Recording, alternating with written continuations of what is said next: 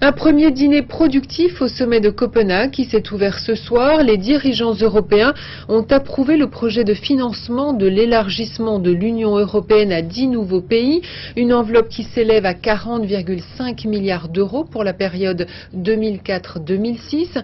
Un chiffre qui doit être encore approuvé demain par les pays candidats. Et puis la présidence danoise de l'Union européenne a lancé aujourd'hui un appel solennel au compromis pour réussir la réunification du continent européen. Reportage de nos envoyés spéciaux Thierry Tuillier, Didier Rancoeur. De sommet en sommet, c'est toujours la même chose. À peine arrivés, voici les chefs d'État et de gouvernement de l'Union confrontés aux pronostics les plus sombres. Dans les couloirs, il est question de blocage et de marchandage des candidats à l'adhésion. Comme si dans ce palais de Copenhague, il ne pouvait être question de grand dessein. Pourtant, ce qui se joue ici est historique. Une aventure sans précédent pour l'Europe sous l'impulsion du couple franco-allemand réconcilié. 10 nouveaux pays devraient adhérer, leur poids économique est faible, mais le symbole est fort.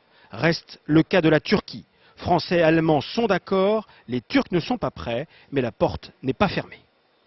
Je crois qu'il y a là une position équilibrée qui prend en compte à la fois la situation de l'Union européenne et en même temps la situation de la Turquie. La Turquie, vous le savez, a engagé un processus de réforme important. Nous l'avons salué à plusieurs reprises. Nous voulons, en tout état de cause, lui adresser un message très positif ici à Copenhague.